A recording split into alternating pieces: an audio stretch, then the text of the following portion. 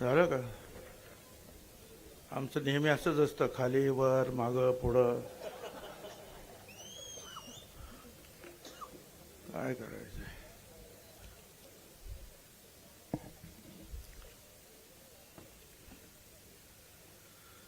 क्रांतीसूर्य महात्मा ज्योतिराव फुले, क्रांतिज्योती सावित्रीबाई फुले यांचा पूर्णाकृती पुतळ्याचा अनावरण सोहळा आदरणीय पवार साहेब यांच्या हस्ते नुकताच पार पडला. या कार्यक्रमासाठी ज्यांनी कष्ट घेतले महात्मा ज्योतिराव फुले व क्रांतिज्योती सावित्रीबाई फुले ट्रस्ट चाकण, सर्व संचालक मंडळ, सभापती, उपसभापती, खेड तालुका कृषी उत्पन्न बाजार समिती, सर्व संचालक मंडळ, सर्व आमचे हमाल बंधू, मापाडी, सर्व समस्त ग्रामस्थ मंडळी, खेड तालुका या त्यांच्या वतीनं हे अतिशय सुंदर पुतळे जे आहेत उभे करण्यात आले आहेत. आणि यासाठी अर्थातच मंचावर उपस्थित असलेले उद्घाटक पवार साहेब, ज्यांचं भाषण आपण ऐकलं ते आता खासदार डॉक्टर अमोल कोल्हे, माजी आमदार माजी मंत्री सचिन अहिर साहेब, आमदार बाबाजी काळे, रामभाऊ कांडगे, दीपराव ढमढेरे, बाळासाहेब शिवरकर, सूर्यकांत पलांडे, बाजार समितीचे सभापती विजयसिंह शिंदे, उपसभापती क्रांती सोमवंशी, शांताराम घुमटकर, बापू भुजबळ, वसंत लोंढे, प्रितेश गवळी, प्रकाश गजभिये, ट्रस्टचे अध्यक्ष विनायक घुमटकर, तुकाराम कांडगे, राम गोरे, सुहास गोरे, अंकित केदारी आणि सर्व माझ्या बांधवांनो, भगिनी आणि मातांनो. खरं म्हणजे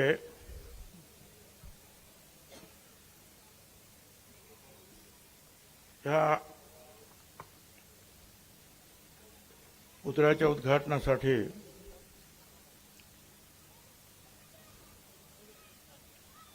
आपण पवार साहेबांना बोलवलं हे अतिशय योग्य केलं. मी आपल्या सगळ्यांना आठवण करून देऊ इच्छितो, महात्मा ज्योतिराव फुले आणि सावित्रीबाई फुले यांचा जो वाडा आहे त्या तो पूर्वी अनेक ठिकाणी गेला, सासवड, माळी मंडळ वगैरे वगैरे करत करत शासनाने तो घेतला आणि पवारसाहेब मुख्यमंत्री असताना त्यांनी त्या वाड्याचं नूतनीकरण केलं. आहे तसा तो वाडा बनवण्यात आला आणि त्याचं लोकार्पण करण्यासाठी त्यावेळेला त्यांनी देशाचे राष्ट्रपती शंकर दयाळजी शर्मा यांना आमंत्रित केलं. त्यांच्या हस्ते त्या वाड्याचं पुन्हा एकदा जो आहे उद्घाटन करण्यात आलं नवीन नूतनीकरण झाल्यानंतर. आणि मला आठवतं की SP कॉलेजच्या मैदानावर सुमारे 5 लाख लोकांची जाहीर सभा आणि बहुतेक तेवढेच 5 लाख लोक पुणे शहरामध्ये पसरलेले होते. असा एक प्रचंड मोठा कार्यक्रम पवार साहेबांच्या त्या कारकिर्दीत मुख्यमंत्री म्हणून त्यावेळी मी त्यांचा सहकारी मंत्री होतो आणि ते अतिशय चांगला कार्यक्रम तो आम्ही सगळ्यांनी तो पार पाडला. आणि मला आठवतं ते त्याच्या अगोदर जालन्याला झालेल्या सभेमध्ये समता परिषदेच्या लाखाची सभा होती उन्हातानामध्ये आणि मुख्यमंत्री पवार साहेबांसहित आम्ही सगळे बाकी मंत्री वगैरे सगळे होते आणि मंडल कमिशनची जी आहे आम्ही मागणी केली आणि पवार साहेबांनी सांगितलं की 1 महिन्याच्या आत आम्ही ती पूर्ण करू आणि त्यांनी ती केली. त्याबद्दल समस्त जे आहेत OBC चे आमचे सगळे जे घटक आहेत, भटके विमुक्त आहेत, त्यांचे आम्ही खरोखरच ऋणी आहोत.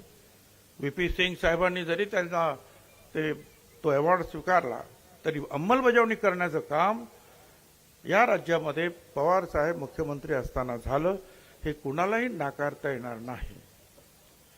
हे मुद्दाम तुम्हाला सांगतो की कधी कधी आपल्याला ह्या काही गोष्टी विस्मरणात जातात. आठवण करून देणं गरजेचं आहे, म्हणून तुम्हाला मी ते या सगळ्या गोष्टी सांगितल्या. आणि त्यानंतर ज्या वेळेला हा कार्यक्रम झाला फुलेवाडा लोकार्पणाचा, त्यावेळेला परत आम्ही मागणी केली की मराठवाडा विद्यापीठाला बाबासाहेब आंबेडकरांचं नाव दिलं गेलं पाहिजे. पवार साहेबांनी पुन्हा मुख्यमंत्री म्हणून सांगितलं, तुम्ही मंडल कमिशनची मागणी केली, 1 महिन्यात आपण पूर्ण केली आणि आता पुढच्या 1 महिन्यामध्ये बाबासाहेब आंबेडकरांचं नाव मराठवाडा विद्यापीठाला देण्याचा कार्यक्रम आपण निश्चितपणे सगळे मिळून पार पाडूया. आणि त्याप्रमाणे ते केलं त्यांनी. आणि म्हणून मी मगाशी म्हणालो की अतिशय योग्य अशा नेत्याच्या हस्ते जे आहे त्या पुतळ्याचं जे आहे अनावरण झालं. खरं म्हणजे भाषण करण्यासाठी आम्हाला काही बोलवण्याची आवश्यकता नव्हती. तर राम कांडगे सारखे जे आहेत आपल्यामध्ये बसलेले आहेत, सिनियर आहेत, आमदार माझे, परंतु त्यांनी महात्मा ज्योतिराव फुले फार मोठं लिखाण केलेलं आहे. त्यांचं लिखाण आणि डॉक्टर अमोल कोल्हेंचा आवाज, एवढ्या 2 गोष्टी तुमच्यासमोर मांडल्या असत्या तरी सुद्धा काम भागलं असतं. परंतु मला आपण बोलवलं, मी आपला मनापासून आपले आभार मानतो. खरं म्हणजे जे आहे भाजी मार्केटच्या इथे महात्मा ज्योतिराव फुलेंचं नाव दिलंच जातं, फुले मंडई फुले मंडई फुले मंडई, ठीक आहे. पण त्याच्या पाठीमागे कारणं सुद्धा आहेत. महात्मा ज्योतिराव फुल्यांनी जे आहे, आपण सांगतो की सावित्रीबाई फुल्यांच्या आज तर सावित्रीबाई फुल्यांची जी आहे जन्मतिथी आहे. नायगावला आम्ही सगळे होते, मुख्यमंत्री सुद्धा होते, त्यांनाही मी प्रथम वंदन करतो. सावित्रीबाई फुल्यांच्या माध्यमातून त्यांनी महिलांचं शिक्षण सुरू करण्यासाठी पहिलं पाऊल टाकलं. जे अछूत आहेत, दलित आहेत, त्यांना पुन्हा एकदा आपल्या वाड्यात बोलवलं. त्या विहिरी पाणी मिळत नव्हतं त्यांना प्यायला, हो कोणी पाणी देत नव्हतं त्यावेळेला त्यांनी सांगितलं की नाही तुम्ही सुद्धा माणसं आहात, या माझ्याकडे. त्यांनी पाणी पाजलं आणि त्या विहिरीच्या पाण्यानं जे आहे क्रांती घडवली सगळ्या देशात आणि दूरवर. असं हे सगळं काम, हे तर आपल्याला एवढंच माहिती आहे. पण शेतकऱ्यांसाठी त्यांनी केलेलं मार्गदर्शन खूप मोठं आहे. आणि म्हणूनच मगाशी जे सांगण्यात आलं कोल्हे साहेबांकडून इतरांकडून सुद्धा, शेतकऱ्यांचा असूड प्रत्येकाने वाचला पाहिजे, गुलामगिरी प्रत्येकाने वाचली पाहिजे. त्याच्यामध्ये जे आता आम्ही सांगतो ना पाझर तलाव, तर त्यावेळेला त्यांनी सांगितलं झिरपे तलाव करा, शासनाला सांगितलं झिरपे तलाव करा, पाण्याचं व्यवस्थापन करा. त्यावेळेला त्यांनी सांगितलं हायब्रिड बियाणं, चांगलं बियाणं दिलं. त्यावेळेला त्यांनी सांगितलं दुधासाठी, दूध वाढीसाठी परदेशातून जनावरं आणून त्याचं संकलन करा. त्यावेळेस महात्मा ज्योतिराव फुल्यांनी सांगितलं. त्यावेळेला अनेक गोष्टीमध्ये जे आहेत त्यांनी ह्या सगळ्या गोष्टीचं जे आहे मार्गदर्शन आपल्याला केलेलं आहे. शिक्षणाचं तर आहेच, विद्या सर्वश्रेष्ठ आहे. त्यांनी तुम्ही आपलं नेहमीच आपण म्हणतो विद्या विनाश शूद्र खते इतके अनर्थ एका अविद्येने केलं, हे खरं आहे. परंतु सरकारचं शिक्षण आणि शेतीचं धोरण कसं असावं यासाठी शेतकऱ्याला शिक्षित करणं, गुलामगिरीतून मुक्त करावं, हे विचार महात्मा फुले केवळ लिखाणातून त्यांनी मांडलं नाही, तर ब्रिटिश सरकारच्या धोरणात समावेश करण्यासाठी त्यांनी आग्रह धरला. शिक्षणात शेतीचा समावेश करण्यासाठी त्यांनी हंटर आयोगासमोर दिलेल्या साक्षी सरकारला महत्वाच्या सूचना केल्या. उघडी नागडी रानो माळ पोरे फिरती सदा सर्व काळ. महात्मा फुले यांनी शेतकऱ्याच्या प्रश्नासंदर्भात ह्या उपाययोजना त्यांना ज्या सुचवल्या त्याच्यावरून त्यांचं दृष्टीपण जे आहे आपल्या लक्षात येत आहे. त्या संबंधी लिहिताना ते म्हणतात, आमच्या दयाळू सरकारनं एकंदर सर्व शेतकऱ्यांस युरोपियन शेतकऱ्यांसारखे विद्यादान देऊन यंत्राद्वारे शेती काम करण्यापुरती समज येईपर्यंत पशुहत्या बंद करावी.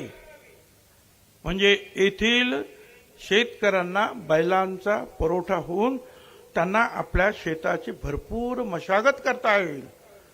कारण जर बैल जर कमी झाले आणि अजून यंत्रांची माहिती नाही तर शेती कशी करायची.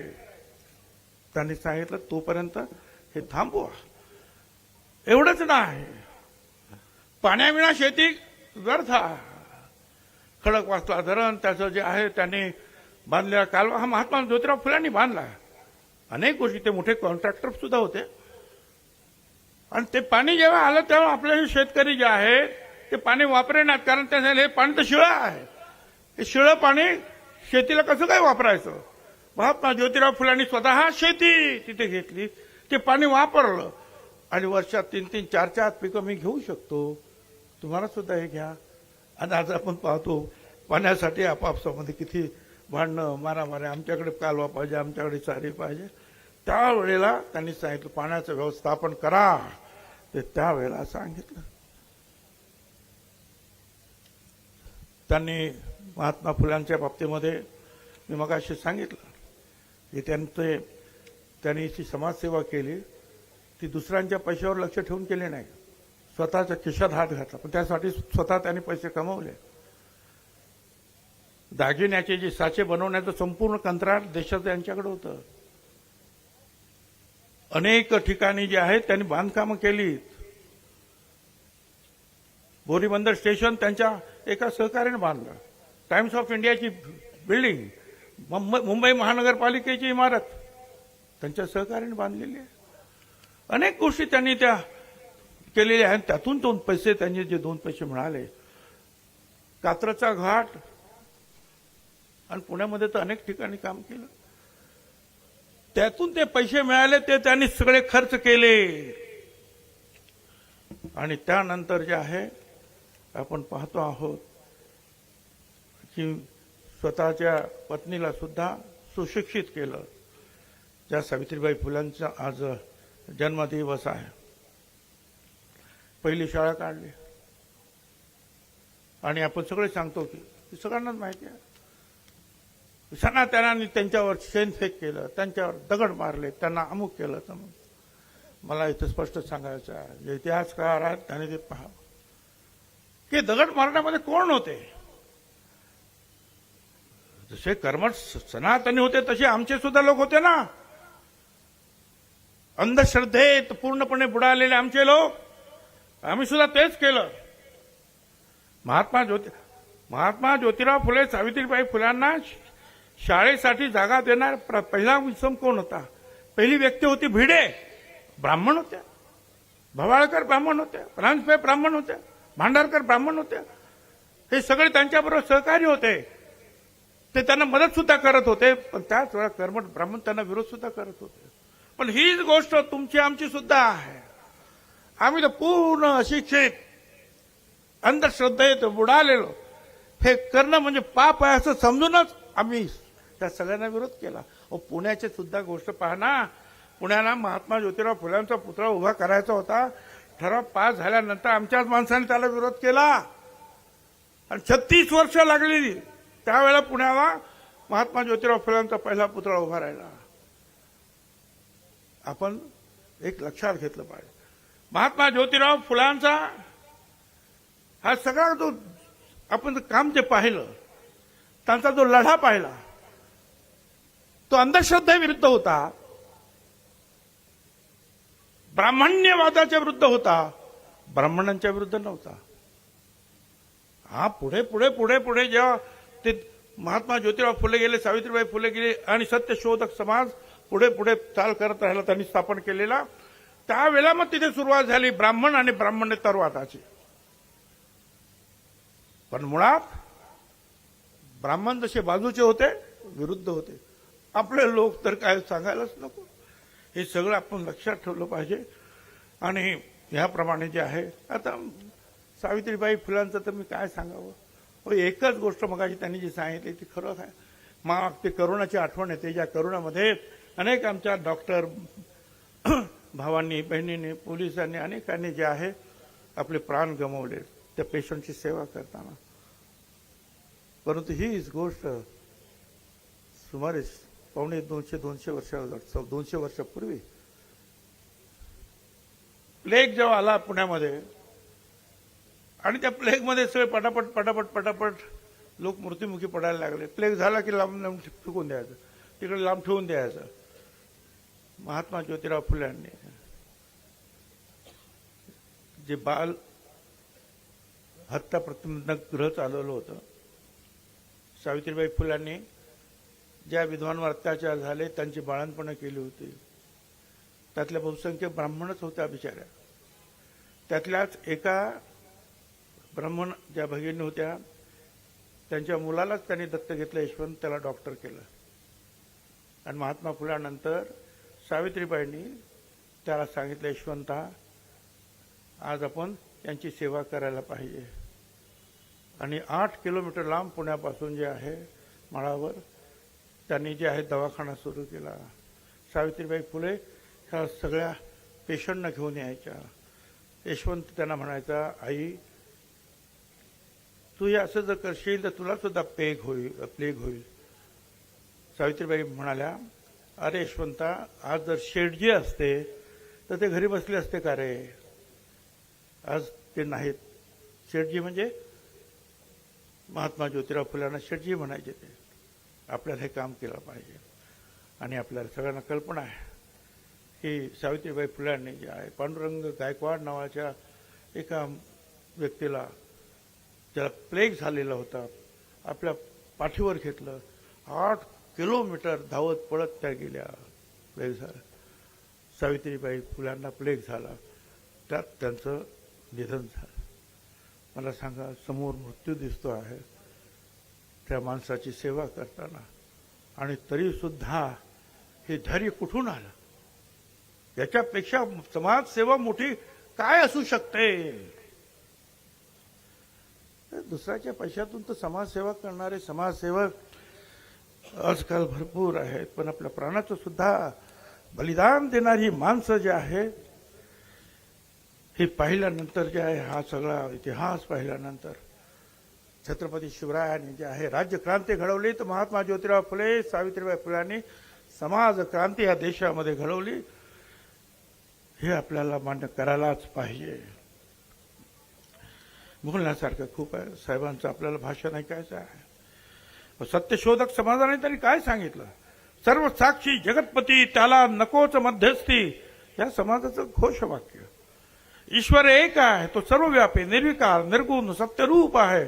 सर्व मानव प्राणी त्याची प्रिय लेकरे आहे. ईश्वराची भक्ती करण्याचा मानवाला पूर्ण अधिकार आहे. आईला संतुष्ट करण्यासाठी अगर बापास विनवण्यास जशी मध्यस्थ दलालाची गरज नाही, त्याचप्रमाणे सर्व साक्षी परमेश्वराची भक्ती करण्यासाठी कोणाची दलालाची आवश्यकता नाही. कोणी जातीने श्रेष्ठ नाही, फक्त गुणाने श्रेष्ठ होईल. महात्मा फुल्यांनी त्यांनी सांगितलं. हेच तर आपण त्यांनी सांगितलं. हे किती आपण लक्षात ठेवणार आहोत. महात्मा फुल्यांनी शेतीवर लिहिलं, बेरोजगारीवर लिहिलं, कामाच्या बाबतीमध्ये, आरक्षणाच्या बाबतीमध्ये आम्ही सुद्धा जेव्हा सांगतो त्यांनी लिहिलेलं आहे. जेव्हा त्यांनी पाहिलं की एकाच समाजाचे लोक सगळ्या ठिकाणी काम करताना दिसतात, त्यावेळेला त्यांनी सांगितलं, कामे द्यावे वाटून जातीच्या प्रमाणात.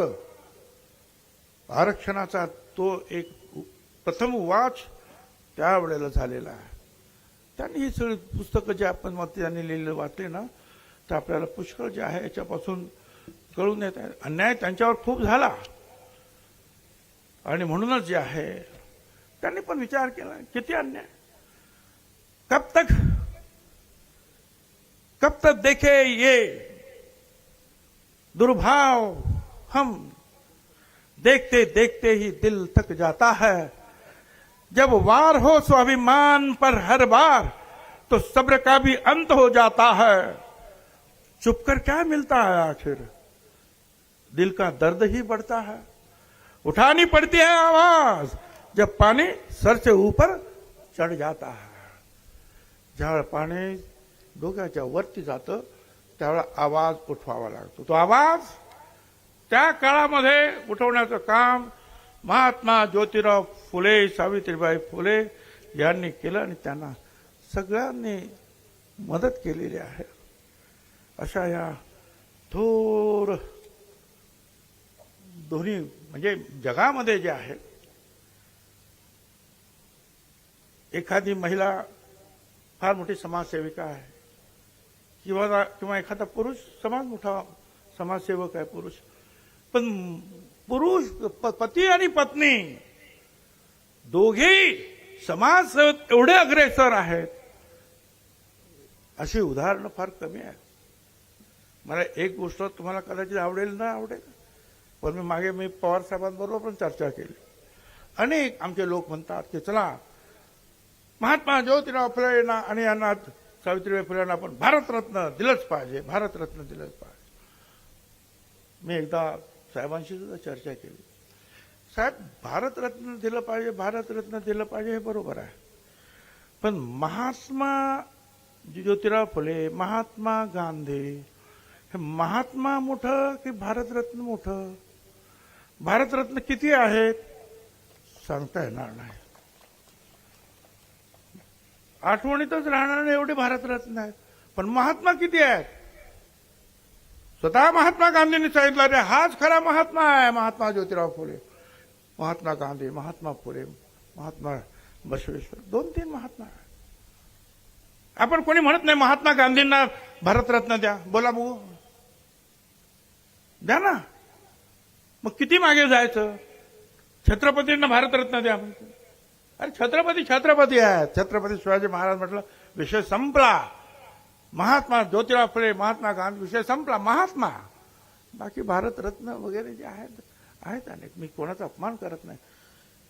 बाबासाहेब आंबेडकर तर केवळ भारतरत्न नाही, ते विश्वरत्न आहेत असंच म्हटलं पाहिजे.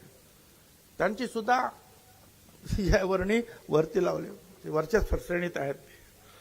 तर अशा वेळेला आम्ही करतो मागण्या, त्या करायला पाहिजेत काय. परंतु हे माझं मत आहे आणि हे मत मी आमच्या अनेक सहकाऱ्यांबरोबर साहेबांसहित चर्चा केलेली आहे की मग तुमचं म्हणणं तर बरोबर आहे. जर महात्मा गांधींना आपण मागणी करत नाही तर महात्मा फुल्यांना खाली आणण्याचं काय कारण आहे? आता महात्मा आहेत ना, राहू देत ना महात्माच. असं खूप म्हणणार भारतरत्न महात्मा गांधी, भारतरत्न महात्मा फुले असं म्हणणार काय?